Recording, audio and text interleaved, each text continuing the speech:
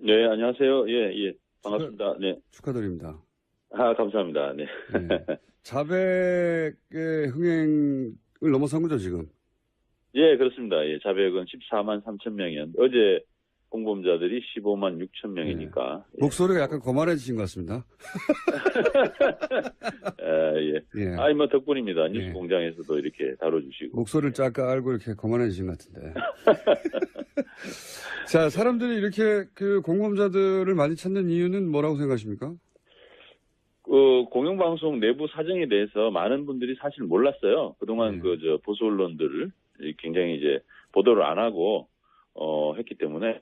근데 이제 이 상황을 보니까 너무 이제 이런 일까지 벌어졌느냐. 엽기적인 상황이 보이니까 네. 굉장히 많이 놀라시고. 예를 들어서 엽기적 상황 하나만 소개해 예. 주십시오. 영화에 나오는.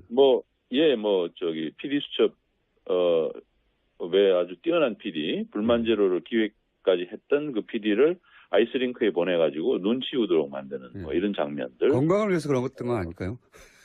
예? 건강을 위해서 눈치 치고.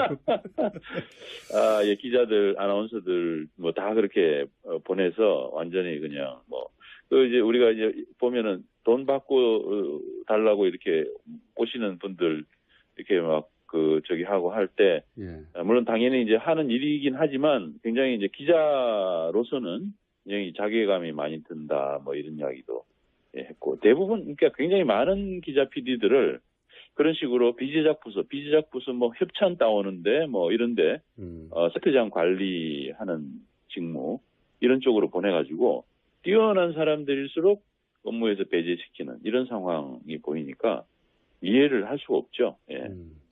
그건 이제 생생한 화면으로 보게 된 건데, 예. 그 영화의 어딘가에 그 이명박 전 대통령도 등장하지 않습니까?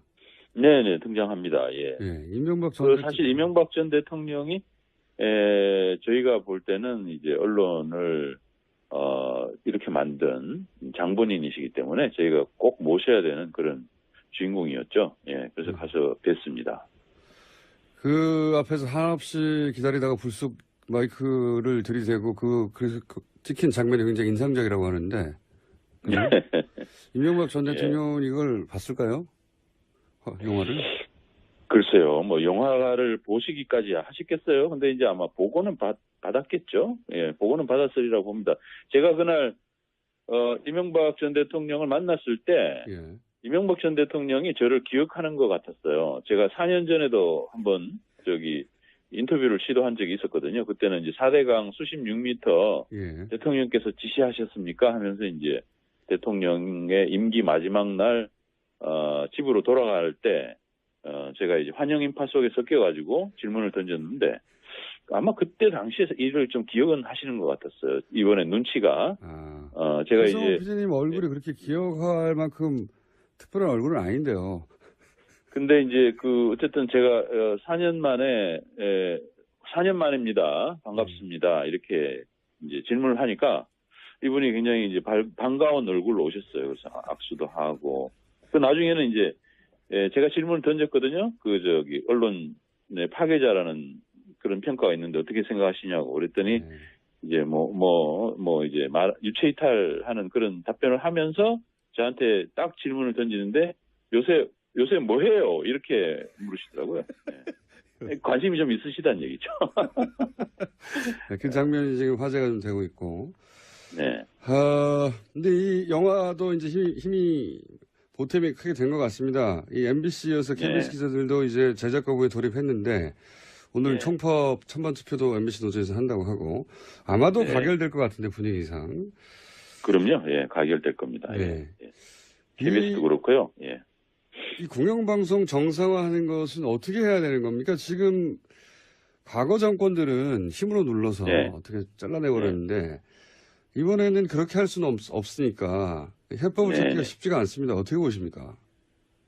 근데 지금 사실 MBC 같은 경우 특히 굉장히 저희들은 불법적인 행태들이 굉장히 많았다고 생각합니다. 예. 내부적으로 뭐 부당노동 행위부터 시작해서 여러 가지 형태의 불법 행위들이 많았는데 그걸 저희들이 계속 이제 검찰이나 노동부에도 박근혜 정부 시절 고발도 하고 방통위원회에도 이 문제 이렇게 관리 감독 제대로 하지 못하는 방문진을 해결해달라 이렇게 요구를 했었는데 지금까지 외면해 왔어요. 그런데 이제 새 정부에서는 그 문제를 원칙적으로 법과 원칙에 따라 가지고 검토를 하고 있는 중입니다. 노동부 같은 경우는 이제 특별근로감독을 해서 지금 이제 기소 의견으로 검찰에 송치한다는 얘기가 있고요.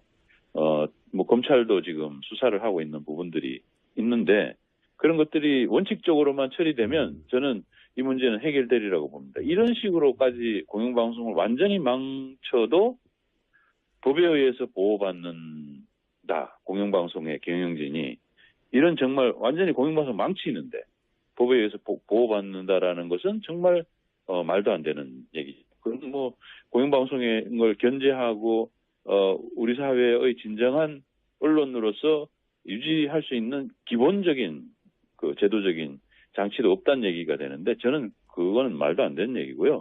뭐 충분히 깊은 조사가 이루어지면 조치할 근거들이 많을 거라고 봅니다. 알겠습니다. 법대로만 하면 해결될 거다 이런 말씀이신 것 같고. 네네. 자, 15만 돌파해서 저희가 한번 짧게 연결했는데 앞으로 25만 돌파하면 그때는 제가 모른 척하겠습니다. 예, 공범자들 저희가 가처분 신청 때 한번 연결했었는데 어제 관객 수가 15만 명을 돌파했다고 하네요. 공범자들을 만든 최승호 PD 잠시 연결해 보겠습니다. 안녕하십니까? 네, 안녕하세요. 예, 반갑습니다. 네. 축하드립니다. 감사합니다. 네. 네. 자백의 흥행을 넘어선 거죠, 지금? 예, 그렇습니다. 예, 자백은 14만 3천 명이었는데 어제 공범자들이 15만 6천 명이니까. 네. 목소리가 약간 거만해지신 것 같습니다. 예. 뭐 덕분입니다. 뉴스 공장에서도 이렇게 다뤄주시고. 목소리를 쫙 알고 이렇게 거만해지신 것 같은데. 자, 사람들이 이렇게 그 공범자들을 많이 찾는 이유는 뭐라고 생각하십니까? 공영방송 내부 사정에 대해서 많은 분들이 사실 몰랐어요. 그동안 보수 언론들을 굉장히 이제 보도를 안 하고, 했기 때문에. 근데 이제 이 상황을 보니까 너무 이제 이런 일까지 벌어졌느냐. 엽기적인 상황이 보이니까 굉장히 많이 놀라시고. 예를 들어서 엽기적 상황 하나만 소개해 주십시오. 영화에 나오는. PD 수첩, 왜 아주 뛰어난 PD, 불만 제로를 기획까지 했던 그 PD를 아이스링크에 보내가지고 눈 치우도록 만드는 뭐 이런 장면들. 건강을 위해서 그런 것던 거 아닐까요? 예? 건강을 위해서 눈 치우고. 기자들, 아나운서들 뭐 다 그렇게 보내서 완전히 그냥 이제 우리가 이제 보면은 돈 받고 달라고 이렇게 오시는 분들 이렇게 하고 할 때, 물론 당연히 이제 하는 일이긴 하지만 굉장히 이제 기자로서는 굉장히 자괴감이 많이 든다, 뭐 이런 이야기도 했고, 대부분, 그러니까 굉장히 많은 기자 PD들을 그런 식으로 비제작 부서 뭐 협찬 따오는데 뭐 이런데, 세트장 관리하는 직무, 이런 쪽으로 보내가지고, 뛰어난 사람들일수록 업무에서 배제시키는 이런 상황이 보이니까 이해를 할 수가 없죠. 예. 그건 이제 생생한 화면으로 보게 된 건데, 그 영화의 어딘가에 그 이명박 전 대통령도 등장하지 않습니까? 네네, 등장합니다. 예. 이명박 전 사실 이명박 전 대통령이, 저희가 볼 때는 이제 언론을, 이렇게 만든 장본인이시기 때문에 저희가 꼭 모셔야 되는 그런 주인공이었죠. 예. 그래서 가서 뵀습니다. 그 앞에서 한없이 기다리다가 불쑥 마이크를 들이대고 그래서 찍힌 장면이 굉장히 인상적이라고 하는데 이명박 전 대통령은 이걸 봤을까요? 영화를? 글쎄요, 뭐 영화를 보시기까지 하시겠어요? 근데 이제 아마 보고는 받았겠죠. 예, 보고는 받았으리라고 봅니다. 제가 그날 이명박 전 대통령을 만났을 때 이명박 전 대통령이 저를 기억하는 것 같았어요. 제가 4년 전에도 한번 인터뷰를 시도한 적이 있었거든요. 그때는 이제 4대강 수심 6m 대통령께서 지시하셨습니까? 하면서 이제 대통령의 임기 마지막 날, 집으로 돌아갈 때, 제가 이제 환영 인파 속에 섞여가지고 질문을 던졌는데, 아마 그때 당시에 이를 좀 기억은 하시는 것 같았어요. 이번에 눈치가. 제가 이제. PD님 얼굴이 그렇게 기억할 만큼 특별한 얼굴은 아닌데요. 근데 이제 어쨌든 제가 4년 만에 4년 만입니다. 반갑습니다. 이렇게 이제 질문을 하니까 이분이 굉장히 이제 반가운 얼굴로 오셨어요. 그래서 악수도 하고. 그 나중에는 이제 제가 질문을 던졌거든요. 언론의 파괴자라는 그런 평가가 있는데 어떻게 생각하시냐고 그랬더니 이제 이제 유체이탈하는 그런 답변을 하면서 저한테 딱 질문을 던지는데 요새 뭐 해요? 이렇게 물으시더라고요. 네. 관심이 좀 있으시다는 얘기죠. 그 장면이 지금 화제가 좀 되고 있고. 네. 근데 이 영화도 이제 힘이 보탬이 크게 된 것 같습니다. 이 MBC에서 KBS 기자들도 이제 제작 거부에 돌입했는데 오늘 총법 찬반 투표도 MBC 노조에서 한다고 하고 아마도 가결될 것 같은데 분위기상. 그럼요. 예, 가결될 겁니다. 예. KBS도 그렇고요. 예. 이 공영방송 정상화하는 것은 어떻게 해야 되는 겁니까? 지금 과거 정권들은 힘으로 눌러서 어떻게 잘라내버렸는데 이번에는 그렇게 할 수는 없으니까 해법을 찾기가 쉽지가 않습니다. 어떻게 보십니까? 근데 지금 사실 그 MBC 같은 경우 특히 굉장히 저희들은 불법적인 행태들이 굉장히 많았다고 생각합니다. 예. 내부적으로 뭐 부당노동 행위부터 시작해서 여러 가지 형태의 불법 행위들이 많았는데 그걸 저희들이 계속 이제 검찰이나 노동부에도 박근혜 정부 시절 고발도 하고 방통위원회에도 이 문제 이렇게 관리 감독 제대로 하지 못하는 방문진을 해결해달라 이렇게 요구를 했었는데 지금까지 외면해 왔어요. 그런데 이제 새 정부에서는 그 문제를 원칙적으로 법과 원칙에 따라 가지고 검토를 하고 있는 중입니다. 노동부 같은 경우는 이제 특별 근로 감독을 해서 지금 이제 기소 의견으로 검찰에 송치한다는 얘기가 있고요. 뭐 검찰도 지금 수사를 하고 있는 부분들이 있는데 그런 것들이 원칙적으로만 처리되면 저는 이 문제는 해결되리라고 봅니다. 이런 식으로까지 공영방송을 완전히 망쳐도 법에 의해서 보호받는다. 공영방송의 경영진이. 이런 정말 완전히 공영방송 망치는데 법에 의해서 보호받는다라는 것은 정말 말도 안 되는 얘기죠. 그럼 뭐 공영방송의 걸 견제하고 우리 사회의 진정한 언론으로서 유지할 수 있는 기본적인 그 제도적인 장치도 없다는 얘기가 되는데 저는 그거는 말도 안 되는 얘기고요. 뭐 충분히 깊은 조사가 이루어지면 조치할 근거들이 많을 거라고 봅니다. 알겠습니다. 법대로만 하면 해결될 거다 이런 말씀이신 것 같고요. 네네. 자, 15만 돌파에 저희가 한번 짧게 연결했는데 앞으로 25만 돌파하면 그때는 제가 모른 척하겠습니다. MBC 사태는 지금 오늘 이제 회의를 해서 자, MBC를 사장을 임명하거나 하는 것을 그 MBC 이사를 박문진 이사라고 하잖아요. 방송문화진흥회. 방송문화진흥회 이사. 자, 총 9명으로 구성되어 있습니다. 관례적으로 법에는 여야가 몇 명을 뭐 추천한다 이런 게 없어요. 그러니까 방송법에는 방송문화진흥회 이사를 방송통신위원회에서 임명한다 이렇게만 돼 있습니다. 9명을. 방송통신위원회. 9명을 임명한다 이렇게 돼 있어요. 그런데 근데 이제 관례적으로 한 20년 이상을 어떻게 해왔냐면 관례적으로 여야가 6명, 3명, 6대3으로. 방문진법 6조에 저게 있네요. 근데 저기 보시면. 아니요, 숫자는 없습니다. 저게 방문진법 6조에는 총 9명으로 구성된다고만 돼 있지, 여야가 6대3으로 돼 있다는 말은 없습니다. 임명은 방통위가 한다. 그러니까. 교수님이니까 정확하시겠죠. 그럼요. 제가 여기 나와서 헛소리 하겠습니까? 총 9명이라는 얘기와 방통위가 임명한다는 내용은 포함되어 있어요. 근데 여야 구성은 법에는 없습니다. 근데 저거를 관례적으로 해온 거예요. 관례적으로 여당 6, 야당 3. 왜냐면 그렇게 될 수밖에 없는 게 방통위원 구성이 3대2예요.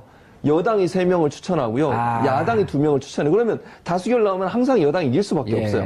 그럼 만약에 관례적으로 안 해왔으면 여당이 마음대로 9명을 다 임명해도 뭐라고 할 수 없는 거예요. 3대2 다수결로 통과시켜버리면 되니까. 그래서 이제 신사협정처럼 또 방통위가 합의제 기구이기 때문에 이제 저걸 관례적으로 해왔죠. 그러니까 그래서 여당 6명, 야당 3명인데 3명 이렇게 돼 있었죠. 현재 지금 김완배 이사가 최근에 사표를 냈고요. 유희선 이사가 사표를 냈죠. 교수죠. 그랬죠. 그래서 두 명이 사표를 해서 오늘 방통위에서 2명을 새로 임명을 한 거죠. 그렇죠. 누군가요? 그게 한 명은 김경환 교수고요. 상지대 교수고 또 한 분은 이진순 민원연 정책위원이고요. 그런데 이 두 분, 이진순 씨는 서울대 학생회도 하셨고요. 또, 그러니까 운동권 출신이죠. 김경환, 이진순. 두 그러면 분이, 지금 이제 구성이 5대4가 됐네요. 그렇죠. 5대4가 됐죠. 그래서 5대4니까 다수결로 하면 당연히 지금 여당이 원하는 대로 결과가 나올 가능성이 있는 거죠. 그러니까 왜냐면. 자, 그런데 세 분이 남아있는 야당 추천목 세 분이, 고용주 이사장, 해임 결의안을 냈죠. 그건 무슨 의미가 있죠? 그 해임 결의안을 내면 10일 이후에 자동으로 상정이 됩니다. 안건으로? 그렇죠. 안건으로 상정이 되죠. 그럼 그 안건을 논의할 수밖에 없는 거잖아요. 근데 오늘 2명이 임명됐기 때문에 아까 말씀드린 5대4 구조가 됐습니다. 그 안건이 올라와서 만약에 지금의 야당 추천 의원들, 그러니까 예전에 새누리당이 추천했던 의원들이죠. 그 이사들이 반대하더라도 5대4로 해임안이 가능하다는 거죠. 아니, 그러면, 그러면 그 회의 주재권은 고용주 이사장이 갖고 있잖아요. 갖고 있죠. 안건을 올라와도 차일피일 미루면서 나중에 협의하자. 이렇게 되면 어떻게 되는 거예요? 그렇게 되면 본인이 나가게 되면 누군가 그걸 대신 받아서 해야 되겠죠, 사회권을. 그러니까 본인이 만약에 나가거나 아니면 앉은 상태에서 그럼 하는 거예요. 그럼 표결을 붙이자 그래야죠. 우리 입장에서는, 그러니까 우리란 표현은 여기 쓰면 안 돼. 중립적이니까. 어쨌든, 그러니까 여당 추천 이사들 입장에서는 그걸 그러면 표결에 붙여보자. 이게 안건은 올라오는지 안 하는지. 근데 일단 안건은 올라오면 다루는 건 다뤄야 되는 거예요. 안건이 올라오는데 안 다룰 수 없는 거 아니겠습니까? 그럼 표결에 붙여서 만약에 불신임안을 올렸으니 그 불신임안이 통과가 되면 이사장은 이제 이사장직을 잃게 됩니다. 그게 불신임인가요? 그게 5대4가 됐기 때문에 지금 입장에서는 해임 결의안 냈으니까 해임을 시키는 거 아닌가요? 아니요, 불신임입니다. 불신임. 해임은 사장. 그러니까 이사장은 불신임이거든요. 불신임. 예, 불신임을 하는 거죠. 이사장직을 불신임하게 되는 거죠. 그렇게 되면 어떻게 되나요? 그 이사장 직책을 잃게 되는 거죠. 그냥 이사로 있게 되는 것이고요. 이사장이 없어지고 그냥 이사로만 남는다. 그렇죠. 왜냐면 누군가가 또 이사장을 선출을 해야 그러면 되네요. 5대4니까 5를 갖고 있는 쪽에서 이사장을 선임할 가능성이 있지 않겠습니까? 그리고 나면 사장에 대한 해임안을 상정할 수가 있는 거죠. 그리고 나서 5대4에서 사장을 해임할 수 있게 되는 거죠. 왜냐하면 일단 이사장도 이사의 임명권은 방통위 갖고 있어요. 이사회에서 이사를 해임하거나 이럴 수는 없습니다. 그러니까 일단 불신임을 해서 이사장의 직책을 뺏는 거죠. 일단 그걸 못하게 막고 내려오게 한 다음에 그러면 방통위에서는 다시 이사장을 임명할 수밖에 없는 그렇죠. 그랬을 때 이제 5대4 구조에서는 일단 이쪽이 더 유리할 가능성이 있고 지금 현재 이제 여당의 서 원하는 사람이 이사장이 될 가능성이 있는 거죠. 그리고 나면 이제 김장겸 사장이나 해임안을 다시 상정을 해서 거기서 해임안이 통과가 되면 김장겸 사장은 해임이 되게 되는 거죠. 그렇게 되면 일정은 어떻게 봐야 되나요? 다음 주에 이사장 불신임안이 통과가 될 거고 그럼 방통위에서 결국 이사장 해임을 하면서 새로 이사장 임명하고 새로 이사장 임명된 상태에서 김장겸 사장에 대한 해임안을 의결로 통과시키는 거죠. 그래서 아마 그 절차로 간다고 하면 11월 안에 끝날 수 있을 것 같아요. 11월도 너무 길지 않아요? 그렇죠. 그러니까 11월 원래 10월까지를 데드라인으로 첫 봤었는데. 주, 둘째 주 정도? 그럼 이제 자유한국당은 오늘도 반발하고 있지 않습니까, 지금? 엄청나게 반발하고 있는 상황이고. 오늘 또 내일 국정감사 아니에요? 박문진 국정감사. 보이콧을 하려고 하는 지금 의총을 하고 있지 않습니까, 자유한국당이. 이 문제 때문에 방통위 찾아가지고 방통위원장을 겁박하고. 소리 지르는 거 보셨어요? 못 봤어요. 아니, 뭐라고 그랬더라. 아무튼 그 허수아비라는 용어를 썼나요? 방통위원장한테 그 정권의 허수아비냐 제가 지금 정확히 단어를 기억 못 하겠는데. 저도 정권에 뭐라고 인격 얘기했던데. 모독적인 발언을 했어요. 그러니까 위원장이 왜 그렇게 부르냐? 위원장으로 불러달라. 그랬더니 또 지난번에 그 소리 지르는 거 기억나시죠? 강원랜 사장 앞에 소리 질렀던. 정우택. 정우택. 또 소리를 지르더라고요. 그러니까 소리만 지르면 되는 줄 알아요, 이게. 그러니까 아니 논리적으로 얘기를 하고 그리고 이해가 안 되는 건 여야 구도가 6대3인데 지금 2명이 나갔는데 그 2명을 자유한국당 추천으로 해달라는 게 말이 됩니까? 야당이 됐잖아요, 지금. 그러니까 본인들이 여당 할 때는 여당목 다 찾아먹고 이제 와서 야당 되니까 여당목도 내놓으라고 하는 그런 구조니까 저는 그 자유한국당의 태도 자체가 도저히 이해가 안 되고요. 법적으로 아무 문제가 없어요. 왜? 방통위에서 의결을 통해서 2명을 임명했기 때문에 그 법적 절차가 전혀 하자가 없습니다. 아까도 말씀드렸지만 여야 구도를 안 맞춰도 뭐라고 할 수 없어요. 방통위 5명이서 의결했는데 아니면 1명이 지금 자유한국당 추천 의원은 나갔으니까 4명이서 의결했는데 9명을 다 만약에 여당 추천을 하겠다 해도 할 말이 없는 거예요, 사실은. 그런데 지금 관행이 있었고 2명을 이렇게 얘기했네요. 그 정우택 자유한국당 원내대표가 방통위 항의 방문해서 이효성 방통위원장을 맞아서 이렇게 얘기했네. 삿대질하면서 이 정부의 꼭두각시다. 꼭두각시 맞습니다. 그 인격 모독 아닙니까? 그래서 이제 이호성 방통위원장은 듣기 거북하다. 예. 라면 이제 강력히 항의했다. 그랬더니 소리를 또 지르더라고요. 안 되면 소리 지르는 거예요. 소리 지르는 사람이 지는 겁니다. 할 말 없으니까 소리 지르는 거 아니에요? 예. 목청 높이면 지는 건데. 그러니까요. 그분 또 예전에 한 말 기억나시죠? 야당 됐으니까 이제 한 톤을 높여달라, 목소리 질러달라, 이런 얘기를 본인들 의원들한테 했던 사람이에요. 예.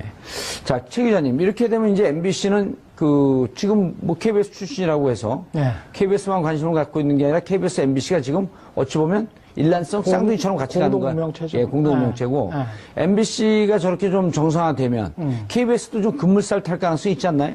좀 있습니다. 왜냐하면 KBS도 지금 7대4 구도에서 예. 한 분이 사퇴를 하셨기 때문에 한 분만 더 사퇴를 하면 예. MBC처럼 역으로? 6대5의 구도가 될 수가 있어요.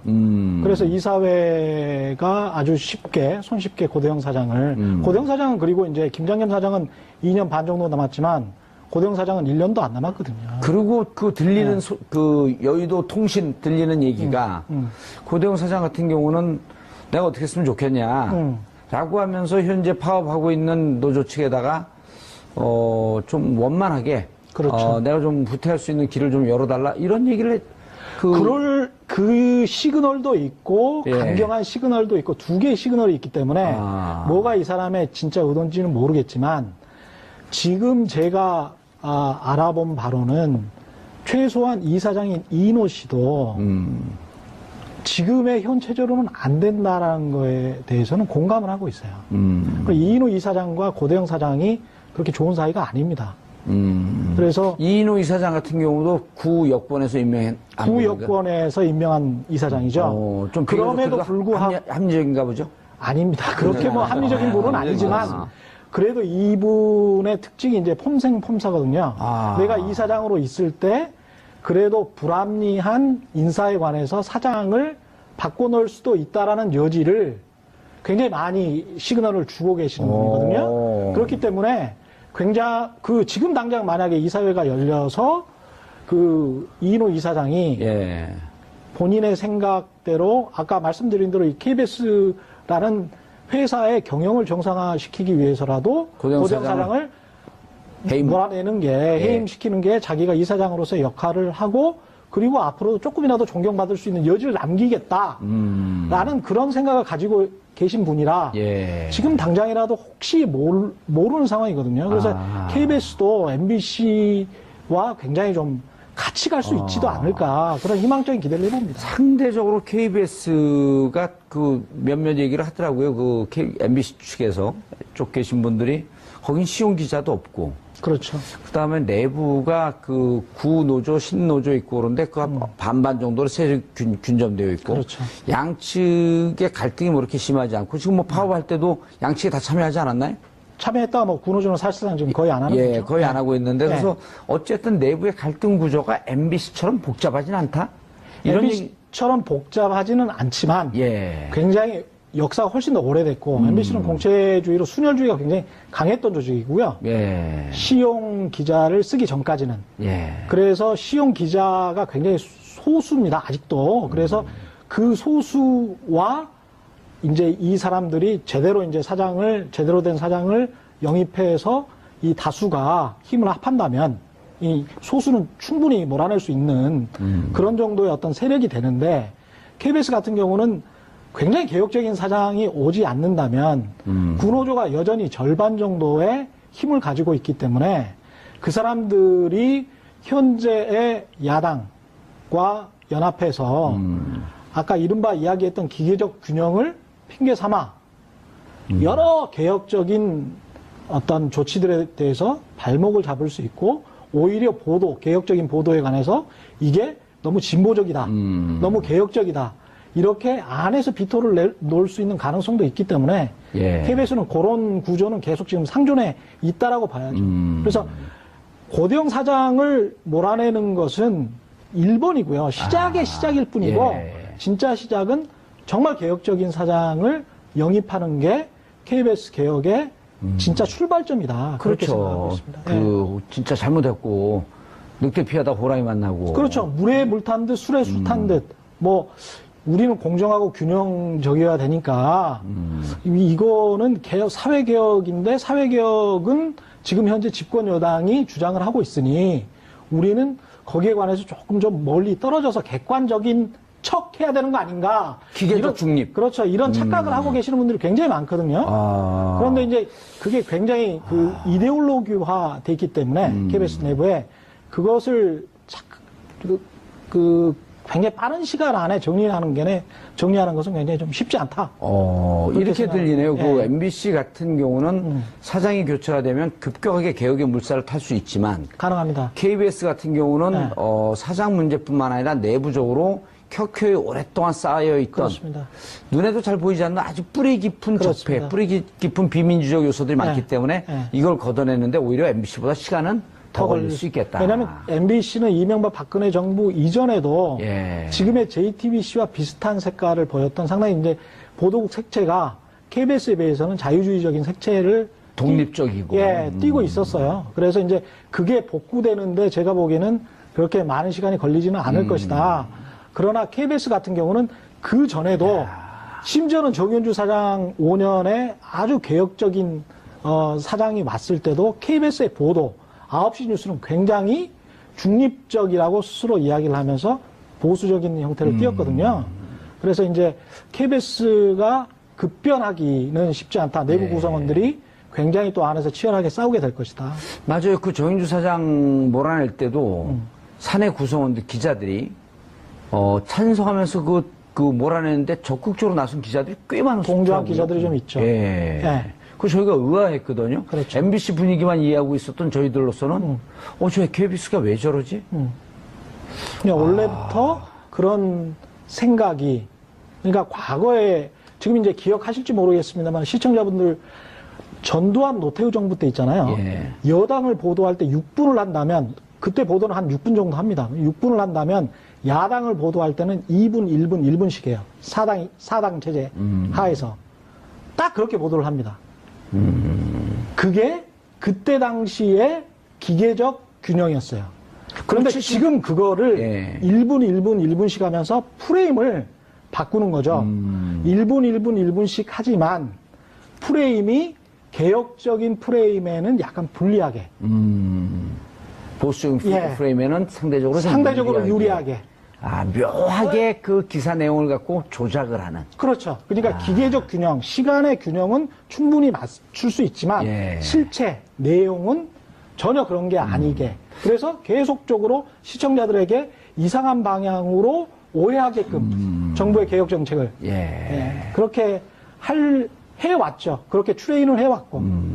그리고 뿌리의 또 한 축이 70년대, 80년대 학도단장, 단장, 부단장 이런 사람들 특채로 기자로 뽑은 그렇죠. 그 뿌리도 좀 안축에 있고. 그렇죠. 강합니다. KBS 들여다보기 좀 복잡하네요. 복잡합니다. 사장이 고대영 사장이 바뀐다고 해갖고 MBC처럼 좀 신속하게 개혁 드라이브가 걸리는 것이 아니고 어찌 보면 그 내부에서 구성원들끼리 이 개혁 작업을 하고 적폐 청산하는데 상당히 갈등적 요소가 있을 수도 있겠다. 그렇죠. 그러니까 KBS는 꼭 한국 사회 같아요.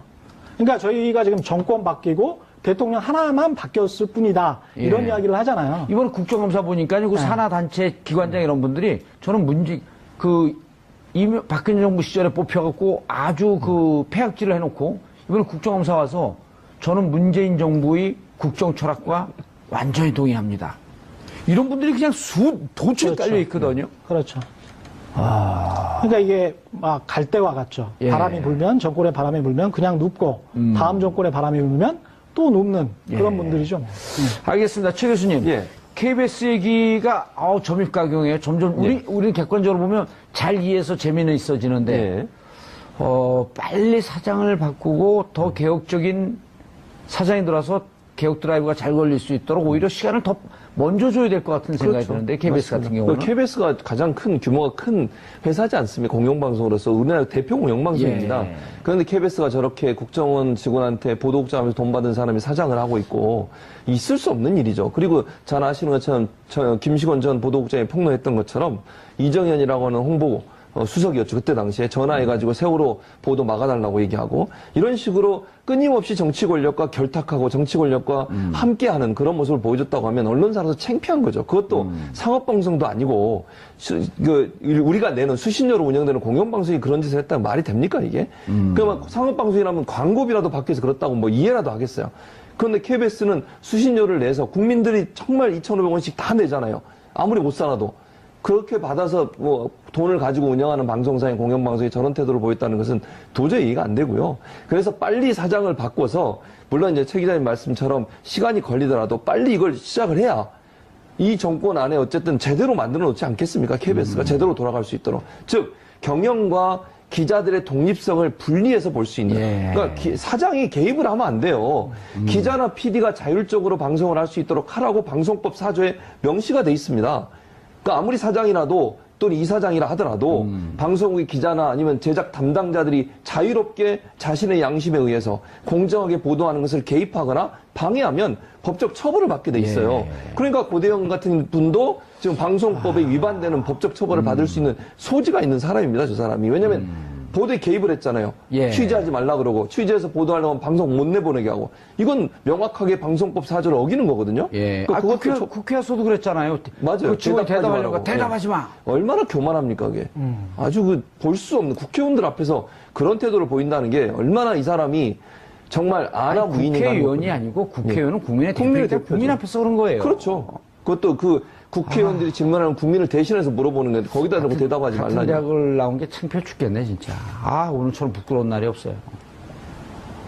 사석에서 만나서 또 무척 진보적인 발언만 해요. 그렇습니까? 저는 안 만나봐가지고. 상갓집 이런 데서 만나면 참을 수가 없어요. 막 민주당을 격렬하고 막 걱정을 해주고. 그런 경험 많이 해보셨을 거 아니에요? 그분들이 이제 정치부 기자 생활을 오래 했기 때문에 그런 노하우에는 아주 익숙하고요. 그리고 여야 가릴 것 없이 사실 뭐 친분이 있는 국회의원들도 굉장히 많을 것이고 그걸 통해서 이제까지 생존한 거 아니겠습니까? 이분들이 보도를 잘해서 사장에 올라가고 보도국장이 된 게 아니고요.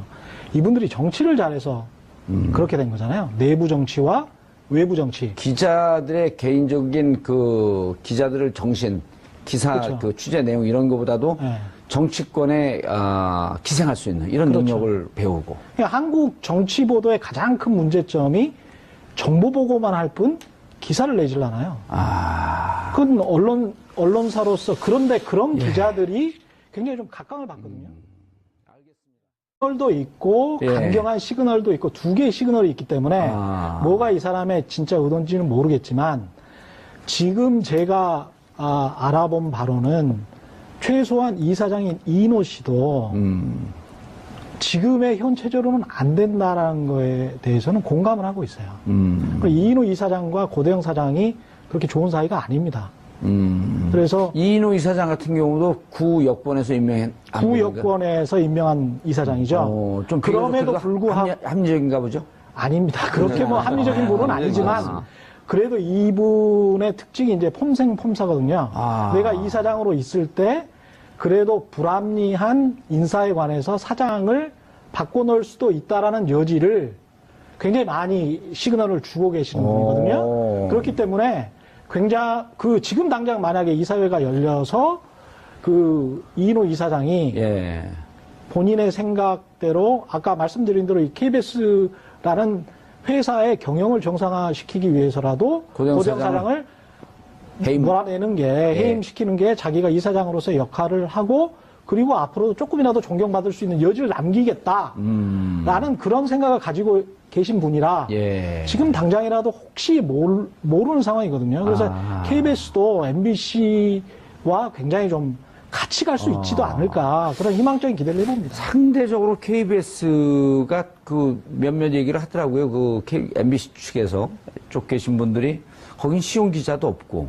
그렇죠. 그다음에 내부가 구노조, 신노조 있고 그런데 반반 정도로 세력 균점되어 있고. 그렇죠. 양측의 갈등이 뭐 이렇게 심하지 않고 지금 뭐 파업할 때도 양측이 다 참여하지 않았나요? 참여했다가 뭐 구노조는 사실상 지금 거의 안 하는 거죠. 거의 안 하고 있는데 그래서 어쨌든 내부의 갈등 구조가 MBC처럼 복잡하진 않다.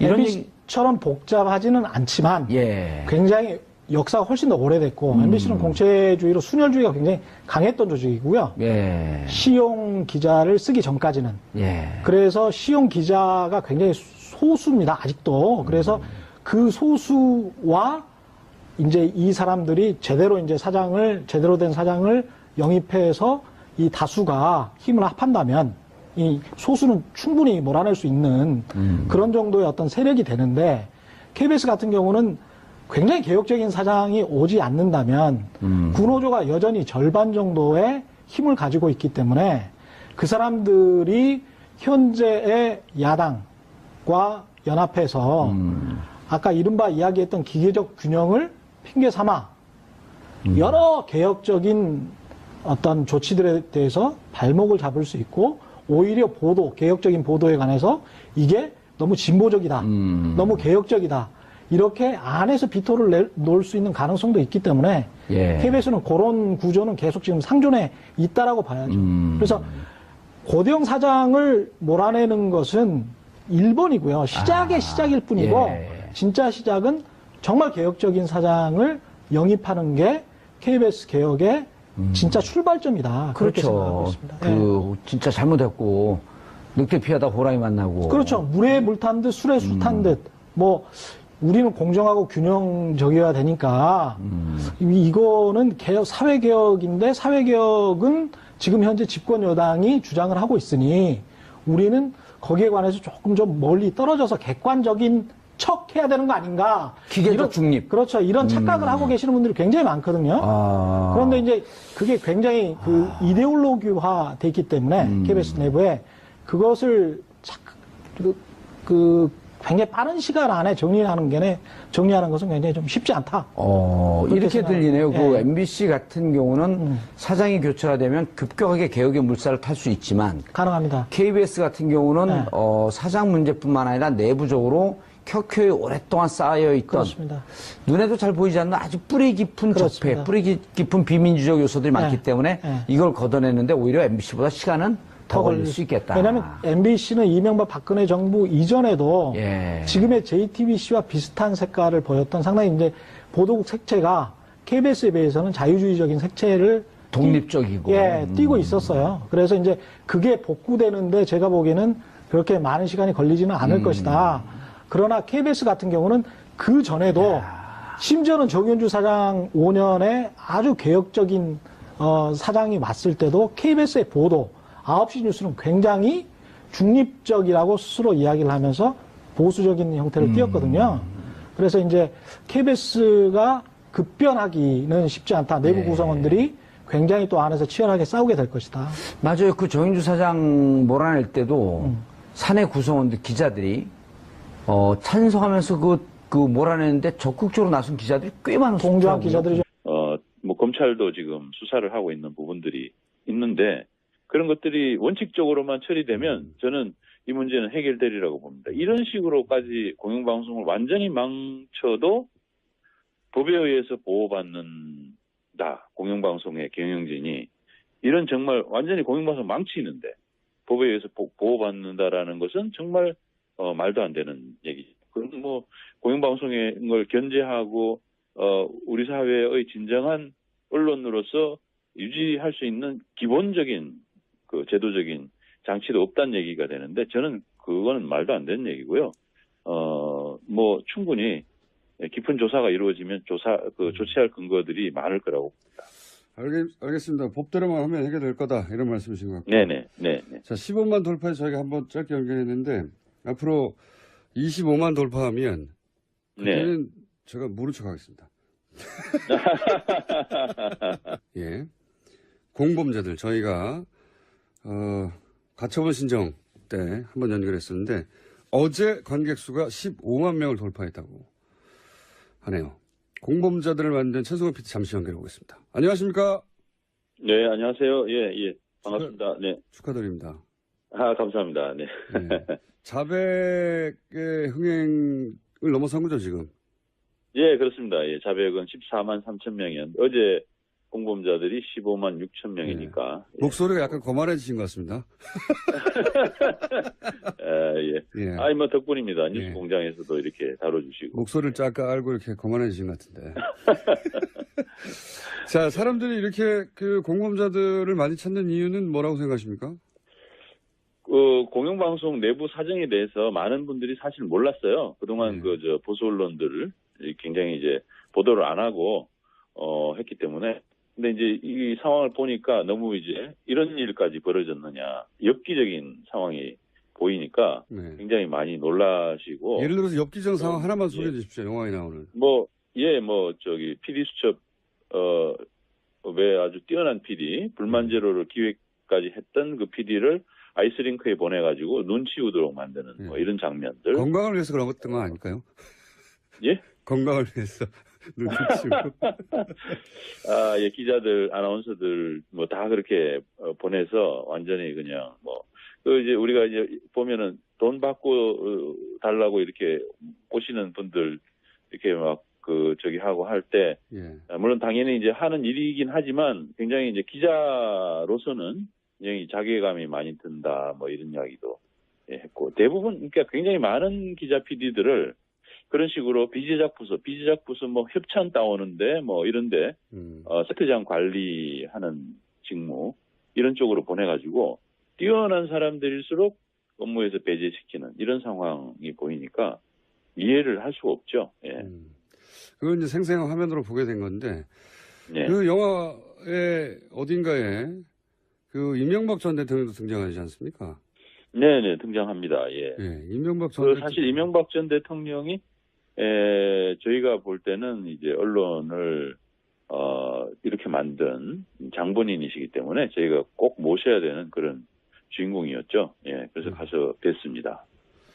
그 앞에서 한없이 기다리다가 불쑥 마이크를 들이대고 그래서 찍힌 장면이 굉장히 인상적이라고 하는데 이명박 전 대통령은 이걸 봤을까요? 영화를? 글쎄요, 뭐 영화를 보시기까지 하시겠어요? 근데 이제 아마 보고는 받았겠죠. 보고는 받았으리라고 봅니다.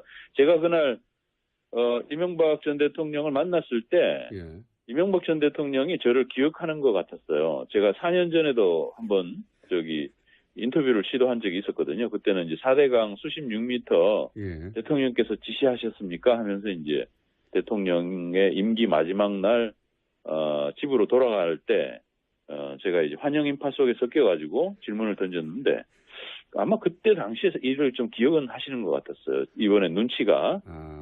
제가 이제. PD님 얼굴이 그렇게 기억할 만큼 특별한 얼굴은 아닌데요. 근데 이제 어쨌든 제가 4년 만입니다. 반갑습니다. 이렇게 이제 질문을 하니까 이분이 굉장히 이제 반가운 얼굴로 오셨어요. 그래서 악수도 하고. 나중에는 이제 제가 질문을 던졌거든요.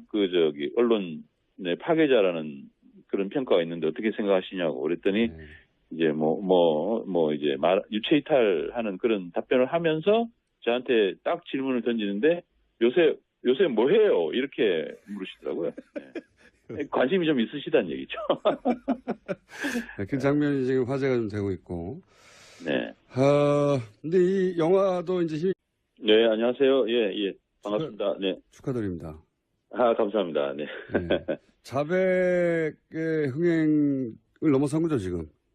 예, 그렇습니다. 자백은 14만 3천 명이었는데, 어제 공범자들이 15만 6천 명이니까. 목소리가 약간 거만해지신 것 같습니다. 아이, 뭐, 덕분입니다. 뉴스 공장에서도 이렇게 다뤄주시고. 목소리를 쫙 알고 이렇게 거만해지신 것 같은데. 자, 사람들이 이렇게 그 공범자들을 많이 찾는 이유는 뭐라고 생각하십니까? 공영방송 내부 사정에 대해서 많은 분들이 사실 몰랐어요. 그동안 보수 언론들을 굉장히 이제 보도를 안 하고, 했기 때문에. 근데 이제 이 상황을 보니까 너무 이제 이런 일까지 벌어졌느냐. 엽기적인 상황이 보이니까 굉장히 많이 놀라시고. 예를 들어서 엽기적 상황 하나만 소개해 주십시오. 영화에 나오는. PD 수첩, 왜 아주 뛰어난 PD, 불만 제로를 기획까지 했던 그 PD를 아이스링크에 보내가지고 눈 치우도록 만드는 뭐 이런 장면들. 건강을 위해서 그런 것 아닐까요? 예? 건강을 위해서 예, 기자들, 아나운서들 뭐 다 그렇게 보내서 완전히 그냥 이제 우리가 이제 보면은 돈 받고 달라고 이렇게 오시는 분들 이렇게 하고 할 때, 물론 당연히 이제 하는 일이긴 하지만 굉장히 이제 기자로서는 굉장히 자괴감이 많이 든다, 이런 이야기도 했고, 대부분, 그러니까 굉장히 많은 기자 PD들을 그런 식으로 비제작 부서 협찬 따오는데, 이런데, 세트장 관리하는 직무, 이런 쪽으로 보내가지고, 뛰어난 사람들일수록 업무에서 배제시키는 이런 상황이 보이니까 이해를 할 수가 없죠. 예. 그건 이제 생생한 화면으로 보게 된 건데, 예. 그 영화의 어딘가에 그 이명박 전 대통령도 등장하지 않습니까? 네네, 등장합니다. 예. 이명박 전 사실 이명박 전 대통령이, 저희가 볼 때는 이제 언론을, 이렇게 만든 장본인이시기 때문에 저희가 꼭 모셔야 되는 그런 주인공이었죠. 예. 그래서 가서 뵀습니다. 그 앞에서 한없이 기다리다가 불쑥 마이크를 들이대고 그래서 찍힌 장면이 굉장히 인상적이라고 하는데 이명박 전 대통령은 이걸 봤을까요? 영화를? 글쎄요, 영화를 보시기까지 하시겠어요? 근데 이제 아마 보고는 받았겠죠? 예, 보고는 받았으리라고 봅니다. 제가 그날, 이명박 전 대통령을 만났을 때, 이명박 전 대통령이 저를 기억하는 것 같았어요. 제가 4년 전에도 한번, 인터뷰를 시도한 적이 있었거든요. 그때는 이제 4대강 수십 6m 대통령께서 지시하셨습니까? 하면서 이제 대통령의 임기 마지막 날, 집으로 돌아갈 때, 제가 이제 환영 인파 속에 섞여가지고 질문을 던졌는데, 아마 그때 당시에 이를 좀 기억은 하시는 것 같았어요. 이번에 눈치가. 제가 이제. PD님 얼굴이 그렇게 기억할 만큼 특별한 얼굴은 아닌데요. 근데 이제 어쨌든 제가 4년 만입니다. 반갑습니다. 이렇게 이제 질문을 하니까 이분이 굉장히 이제 반가운 얼굴로 오셨어요. 그래서 악수도 하고. 나중에는 이제, 제가 질문을 던졌거든요. 언론의 파괴자라는 그런 평가가 있는데 어떻게 생각하시냐고 그랬더니, 이제 이제 유체이탈하는 그런 답변을 하면서 저한테 딱 질문을 던지는데, 요새 뭐 해요? 이렇게 물으시더라고요. 네. 관심이 좀 있으시다는 얘기죠. 그 장면이 지금 화제가 좀 되고 있고. 네. 근데 이 영화도 이제 힘이 보탬이 크게 된 것 같습니다. 이 MBC여서 KBS 기자들도 이제 제작 거부에 돌입했는데 오늘 총법 찬반 투표도 MBC 노조에서 한다고 하고 아마도 가결될 것 같은데 분위기상. 그럼요. 예, 가결될 겁니다. 예. KBS도 그렇고요. 예. 이 공영방송 정상화하는 것은 어떻게 해야 되는 겁니까? 지금 과거 정권들은 힘으로 눌러서 어떻게 잘라내버렸는데 이번에는 그렇게 할 수는 없으니까 해법을 찾기가 쉽지가 않습니다. 어떻게 보십니까? 근데 지금 사실 MBC 같은 경우 특히 굉장히 저희들은 불법적인 행태들이 굉장히 많았다고 생각합니다. 예. 내부적으로 부당노동 행위부터 시작해서 여러 가지 형태의 불법 행위들이 많았는데 그걸 저희들이 계속 이제 검찰이나 노동부에도 박근혜 정부 시절 고발도 하고 방통위원회에도 이 문제 이렇게 관리 감독 제대로 하지 못하는 방문진을 해결해 달라 이렇게 요구를 했었는데 지금까지 외면해 왔어요. 그런데 이제 새 정부에서는 그 문제를 원칙적으로 법과 원칙에 따라 가지고 검토를 하고 있는 중입니다. 노동부 같은 경우는 이제 특별 근로 감독을 해서 지금 이제 기소 의견으로 검찰에 송치한다는 얘기가 있고요. 힘이 보탬이 크게 된 것 같습니다. 이 MBC여서 KBS 기자들도 이제 제작 거부에 돌입했는데 오늘 총법 찬반 투표도 MBC 노조에서 한다고 하고 아마도 가결될 것 같은데 분위기상. 그럼요. 예, 가결될 겁니다. 예. KBS도 그렇고요. 예. 이 공영방송 정상화하는 것은 어떻게 해야 되는 겁니까? 지금 과거 정권들은 힘으로 눌러서 어떻게 잘라내버렸는데 이번에는 그렇게 할 수는 없으니까 해법을 찾기가 쉽지가 않습니다. 어떻게 보십니까? 근데 지금 사실 MBC 같은 경우 특히 굉장히 저희들은 불법적인 행태들이 굉장히 많았다고 생각합니다. 예. 내부적으로 부당노동 행위부터 시작해서 여러 가지 형태의 불법 행위들이 많았는데 그걸 저희들이 계속 이제 검찰이나 노동부에도 박근혜 정부 시절 고발도 하고 방통위원회에도 이 문제 이렇게 관리 감독 제대로 하지 못하는 방문진을 해결해달라 이렇게 요구를 했었는데 지금까지 외면해 왔어요. 그런데 이제 새 정부에서는 그 문제를 원칙적으로 법과 원칙에 따라 가지고 검토를 하고 있는 중입니다. 노동부 같은 경우는 이제 특별근로감독을 해서 지금 이제 기소 의견으로 검찰에 송치한다는 얘기가 있고요. 뭐 검찰도 지금 수사를 하고 있는 부분들이 있는데 그런 것들이 원칙적으로만 처리되면 저는 이 문제는 해결되리라고 봅니다. 이런 식으로까지 공영방송을 완전히 망쳐도 법에 의해서 보호받는다. 공영방송의 경영진이. 이런 정말 완전히 공영방송 망치는데 법에 의해서 보호받는다라는 것은 정말 말도 안 되는 얘기죠. 그럼 뭐 공영방송의 걸 견제하고 우리 사회의 진정한 언론으로서 유지할 수 있는 기본적인 그 제도적인 장치도 없다는 얘기가 되는데 저는 그거는 말도 안 되는 얘기고요. 뭐 충분히 깊은 조사가 이루어지면 조치할 근거들이 많을 거라고 봅니다. 알겠습니다. 법대로만 하면 해결될 거다 이런 말씀이신 것 같고요.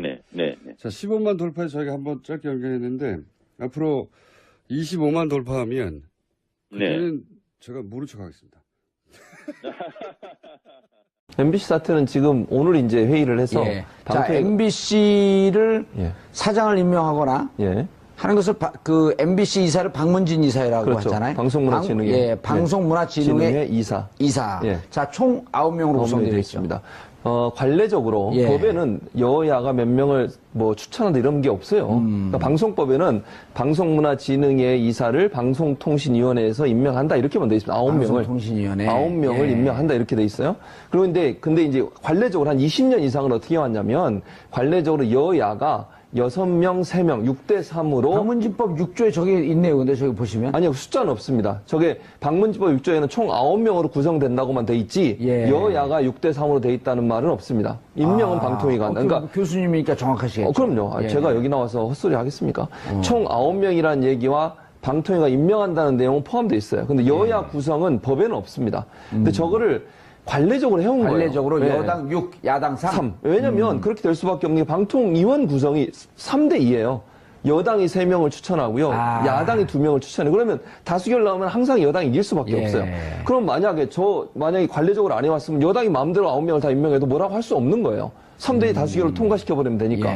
그래서 이제 신사협정처럼 또 방통위가 합의제 기구이기 때문에 이제 저걸 관례적으로 해왔죠. 그러니까 그래서 여당 6명, 야당 3명인데 3명 이렇게 돼 있었죠. 현재 지금 김완배 이사가 최근에 사표를 냈고요. 유희선 이사가 사표를 냈죠. 교수죠. 그랬죠. 그래서 2명이 사표를 해서 오늘 방통위에서 2명을 새로 임명을 한 거죠. 그렇죠. 누군가요? 그게 한 명은 김경환 교수고요. 상지대 교수고 또 한 분은 이진순 민원연 정책위원이고요.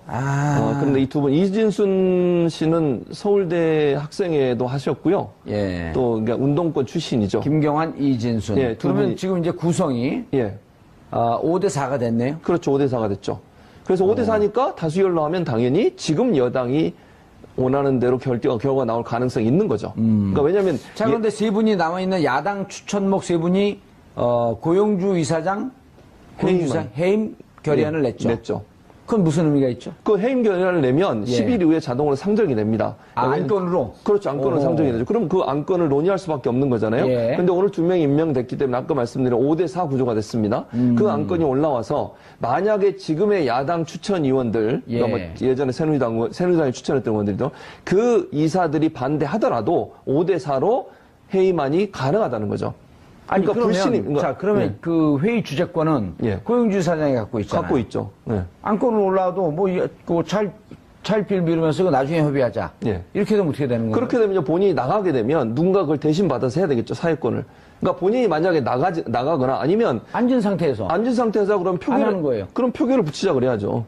우리 입장에서는, 그러니까 우리란 표현은 여기 쓰면 안 돼. 중립적이니까. 어쨌든, 그러니까 여당 추천 이사들 입장에서는 그걸 그러면 표결에 붙여보자. 이게 안건은 올라오는지 안 하는지. 근데 일단 안건은 올라오면 다루는 건 다뤄야 되는 거예요. 안건이 올라오는데 안 다룰 수 없는 거 아니겠습니까? 그럼 표결에 붙여서 만약에 불신임안을 올렸으니 그 불신임안이 통과가 되면 이사장은 이제 이사장직을 잃게 됩니다. 불신임이니까요. 그게 5대 4가 됐기 때문에 지금 입장에서는 해임 결의안 냈으니까 해임을 시키는 거 아닌가요? 아니요, 불신임입니다. 불신임. 해임은 사장. 그러니까 이사장은 불신임이거든요. 불신임. 예, 불신임을 하는 거죠. 이사장직을 불신임하게 되는 거죠. 예, 그렇게 되면 어떻게 되나요? 그 이사장 직책을 잃게 되는 거죠. 그냥 이사로 있게 되는 것이고요. 아, 이사장이 없어지고 그냥 이사람만 남는다. 그렇죠. 왜냐면 누군가가 또 이사장을 선출을 해야 그러면 되네. 5대 4니까 5를 갖고 있는 쪽에서 이사장을 선임할 가능성이 있지 않겠습니까? 그리고 나면 사장에 대한 해임안을 상정할 수가 있는 거죠. 그리고 나서 5대 4에서 사장을 해임할 수 있게 되는 거죠. 왜냐하면 일단 이사장도 이사의 임명권은 방통위 갖고 있어요. 이사회에서 이사를 해임하거나 이럴 수는 없습니다. 그러니까 일단 불신임을 해서 이사장의 직책을 뺏는 거죠. 일단 그걸 못하게 막고 내려오게 한 다음에 그러면 방통위에서는 다시 이사장을 임명할 수밖에 없는. 그렇죠. 그랬을 때 이제 5대 4 구조에서는 일단 이쪽이 더 유리할 가능성이 있고 지금 현재 이제 여당의 서 원하는 사람이 이사장이 될 가능성이 있는 거죠. 그리고 나면 이제 김장겸 사장이나 해임안을 다시 상정을 해서 거기서 해임안이 통과가 되면 김장겸 사장은 해임이 되게 되는 거죠. 그렇게 되면 일정은 어떻게 봐야 되나요? 다음 주에 이사장 불신임안이 통과가 될 거고. 그럼 방통위에서 결국 이사장 해임을 하면서 새로 이사장 임명하고 새로 이사장 임명된 상태에서 김장겸 사장에 대한 해임안을 의결로 통과시키는 거죠. 그래서 아마 그 절차로 간다고 하면 11월 안에 끝날 수 있을 것 같아요. 11월도 너무 길지 않아요? 그렇죠. 그러니까 11월 원래 10월까지를 데드라인으로 봤었는데. 첫 주, 둘째 주 정도? 그럼 이제 자유한국당은 오늘도 반발하고 있지 않습니까, 지금? 엄청나게 반발하고 있는 상황이고. 오늘 또 내일 국정감사 아니에요? 박문진 국정감사. 보이콧을 하려고 하는 지금 의총을 하고 있지 않습니까, 자유한국당이. 이 문제 때문에 방통위 찾아가지고 방통위원장을 겁박하고. 소리 지르는 거 보셨어요? 못 봤어요. 아니, 뭐라고 그랬더라. 아무튼 영어를 용어를 썼나요? 방통위원장한테 정권의 허수아비냐 제가 지금 정확히 단어를 기억 못 하겠는데. 저도 정권에 뭐라고 얘기했던데. 모독적인 발언을 했어요. 그러니까 위원장이 왜 그렇게 부르냐? 위원장으로 불러달라. 그랬더니 또 지난번에 그 소리 지르는 거 기억나시죠? 강원랜 사장 앞에 소리 질렀던. 정우택. 정우택. 또 소리를 지르더라고요. 그러니까 소리만 지르면 되는 줄 알아요, 이게. 그러니까 논리적으로 얘기를 하고. 그리고 이해가 안 되는 건 여야 구도가 6대 3인데 지금 2명이 나갔는데 그 2명을 자유한국당 추천을 해달라는 게 말이 됩니까? 야당이 됐잖아요, 지금. 그러니까 본인들이 여당 할 때는 여당목 다 찾아먹고 이제 와서 야당 되니까 여당목도 내놓으라고 하는 그런 구조니까 저는 그 자유한국당의 태도 자체가 도저히 이해가 안 되고요. 법적으로 아무 문제가 없어요. 왜? 방통위에서 의결을 통해서 2명을 임명했기 때문에 그 법적 절차가 전혀 하자가 없습니다. 아까도 말씀드렸지만 여야 구도를 안 맞춰도 뭐라고 할 수 없어요. 방통위 5명이서 의결했는데 아니면 1명이 지금 자유한국당 추천위원은 나갔으니까 4명이서 의결했는데 9명을 다 만약에 여당 추천을 하겠다 해도 할 말이 없는 거예요, 사실은. 그런데 지금 관행이 있었고 2명을 이렇게 얘기했네요. 그 정우택 자유한국당 원내대표가 방통위 항의 방문해서 이효성 방통위원장을 맞아서 이렇게 얘기했네. 삿대질하면서 이 정부의 꼭두각시다. 꼭두각시 맞습니다. 그 인격 모독 아닙니까? 그래서 이제 이효성 방통위원장은 듣기 거북하다. 라면 이제 강력히 항의했다. 그랬더니 소리를 또 지르더라고요. 안 되면 소리 지르는 거예요. 소리 지르는 사람이 지는 겁니다. 할 말 없으니까 소리 지르는 거 아니에요?